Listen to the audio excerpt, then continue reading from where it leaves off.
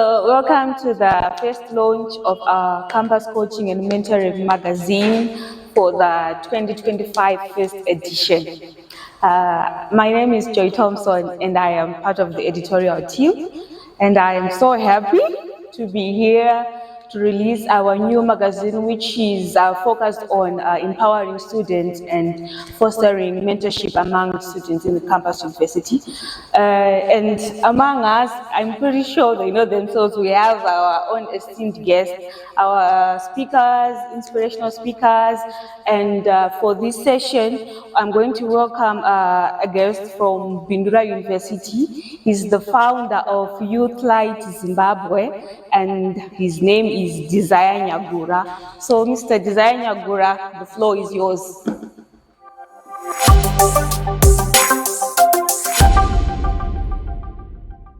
As introduced, I am a student and I've also launched a youth organization called Youth Light Zimbabwe. So to just shorten the whole introduction, I can just say I'm a youth leader. And I'm also a public speaker as well as a poet. So I combined my presentation into two segments. So we have got my main presentation. Unfortunately, we could not have the projector. And then for a start, I wrote a small piece, which I would like to read out to all of you to start my presentation, that is called Finding Your Purpose in Life. So here is the poet piece, which I wrote, very small. So it reads, "Dear therapist, I'm lost in between the traces of my passions. I'm 26, idle-minded with regrets of unfulfilled dreams, extraordinarily broke. That's why I'm writing to you even though I'm not on therapy. My question is, am I just a meaningless diagram of a human being without a reason of being, who is a vivid depiction of how life meaning is a fallacy? Or am I a soul sand in inherent motivations, which when I open my eyes, I may wake up from this fantasy? Please offer me a seat and illuminate my vision on the principles of life so that I may find meaning. I once resorted to stones of killing smoke, that is drugs. They offered me no solace, rather confusion. I also resorted to worry and depression, wondering if maybe I salvage my weaknesses, I may find strength, but no, rather confusion. I then resorted to reaffirming my visions, strength and passions. I got solace but limited strength. I'm writing this letter with cherry eyes, water hitting the margins of the pages, hands shaking with passion and ambition for you to counsel me for meaning at a greater length. Is it true that life is meaningful if I want it to be?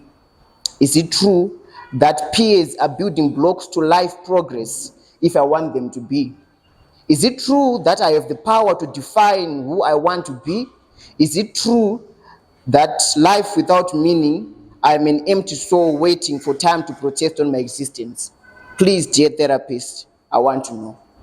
So this piece is just simply an individual who is asking a therapist on what exactly is meant by the meaning of life.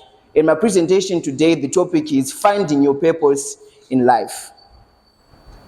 So, to start with, what is it that we call purpose? When you're talking about purpose, what is it that we will be referring to?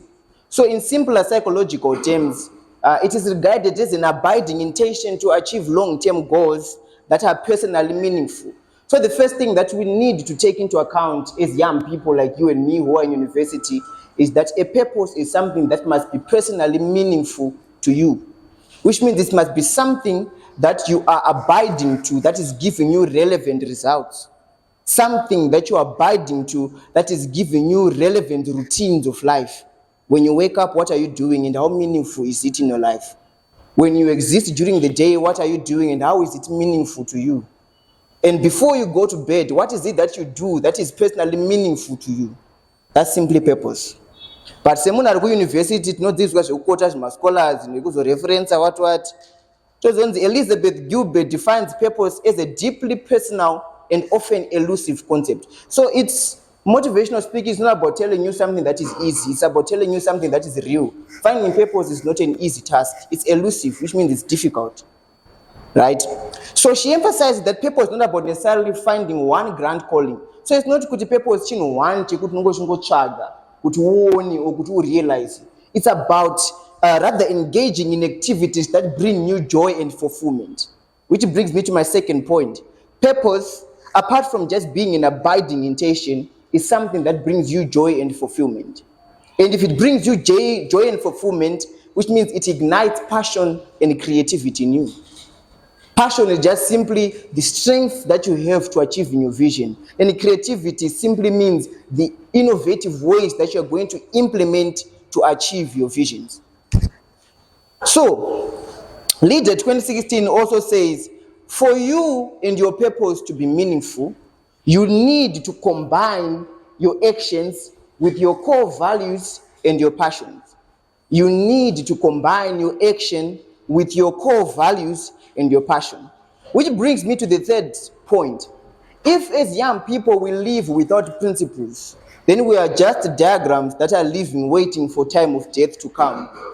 Because someone without principles is someone who is like an empty paper and and that kind of person does not have the extent of resilience in meaning in life. Right? Which means purpose, apart from being personally meaningful, apart from being an abiding intention, apart from being something that brings you joy and fulfillment, it must be something that is connected to your values and your creativity and your passion. So we'll move on to the subtopic, how does one find purpose in life? So this is a very important imperative category where we're going to discuss how then you can achieve your purpose in life, how then you can achieve this abiding intention that we've been talking about. So the first thing is self-reflection. So the first step of finding purpose is simply at your personal discretion. It simply depends on how bad you want to have this purpose, right? Which means self-reflection comes in when you identify your core values. What are those pillars that you are saying they are guiding your existence?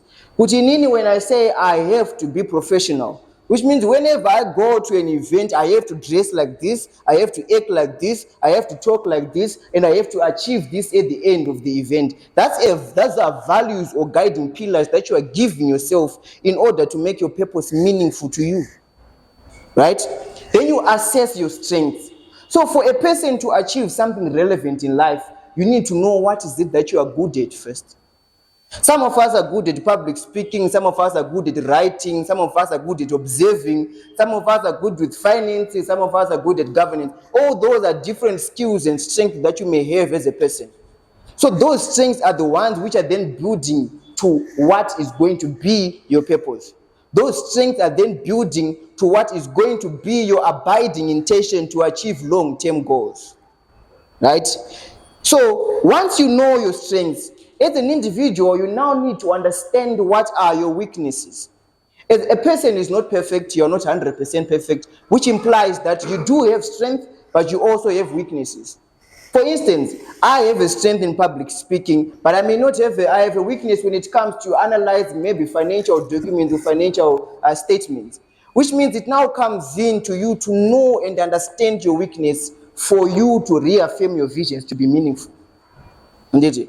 So ukangoita munhu anongoziva kuti ndogona chakati usingazive kuti unotadza chakati, you'll be a jack of all trades. And they say too much of anything leads to nothing. Which means if you're a jack of all trades, you don't have a clear vision, don't have a clear direction, a clear choice, a better mental health, standing and stamina, that means you're bound to be confused in life. So the first stage to finding true purpose is self-reflection. You identify your core values, you assess your strength, you assess your weaknesses. Secondly, we've got exploration. So on exploration, this is one of the interesting stages of finding purpose. You try to find new activities. You try new activities. So for you to understand what is it that you are good at, you have to indulge into different fields, be it of study or be it fields of professions or be it fields of operations, for you to understand what is it that you are really good at. So for instance, if I want to find out, am I really good at public speaking, maybe I can go and join a youth group that does something to do with public speaking. I see how the course of my membership there progresses and how and what I'm achieving in that particular group. Kana ndiri kuona ndiri kugona zvepublic speaking, ndakutotika kuti self relation paper one of my strengths is public speaking.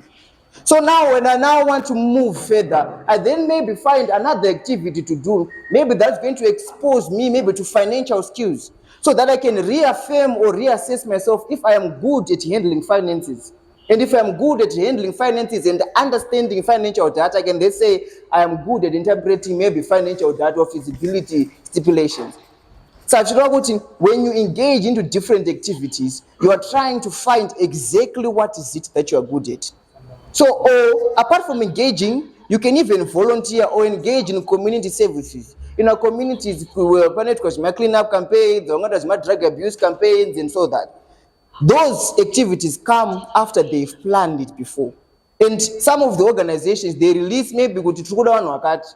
So since you're trying to find your purpose and meaning in life, you volunteer so that you can understand whether you are good at it or you must find something else. Then the third step to finding purpose is goal setting. So goal setting is very important. Why? Because it offers you direction. So when there's no direction in life, is someone who could akabata HSC without any meaningful results that are coming out of that particular grind or hustle that you are abiding to. So goal setting comes in when we're saying as a person, you must have two types of goals. Number one, you must define your short-term goals. Understand which of those immediate goals that you need to achieve so that as a person you live a meaningful life. Which of those goals do you need to achieve first within a short period of time for you to pursue your meaningful life or for you to fulfill yourself with joy? Or you also need to have long-term aspirations. Of course, I have got some immediate goals that I need to achieve, but what are those goals that are in the long or in the future that I also need to achieve? For instance, the reason why we all go through education is because we say I want to be a doctor, I want to be a lawyer. All those are long-term goals that we have or long-term aspirations that we have.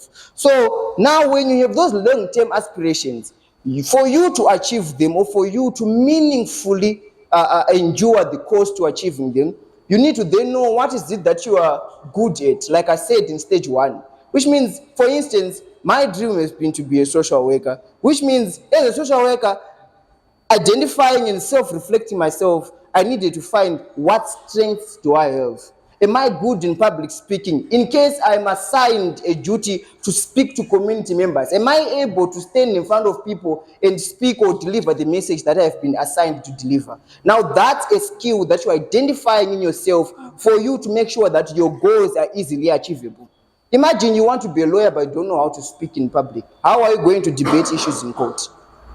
That's a question that you need to ask yourself. So the process of identifying your skills means those skills must then be relevant to how you achieve your goals.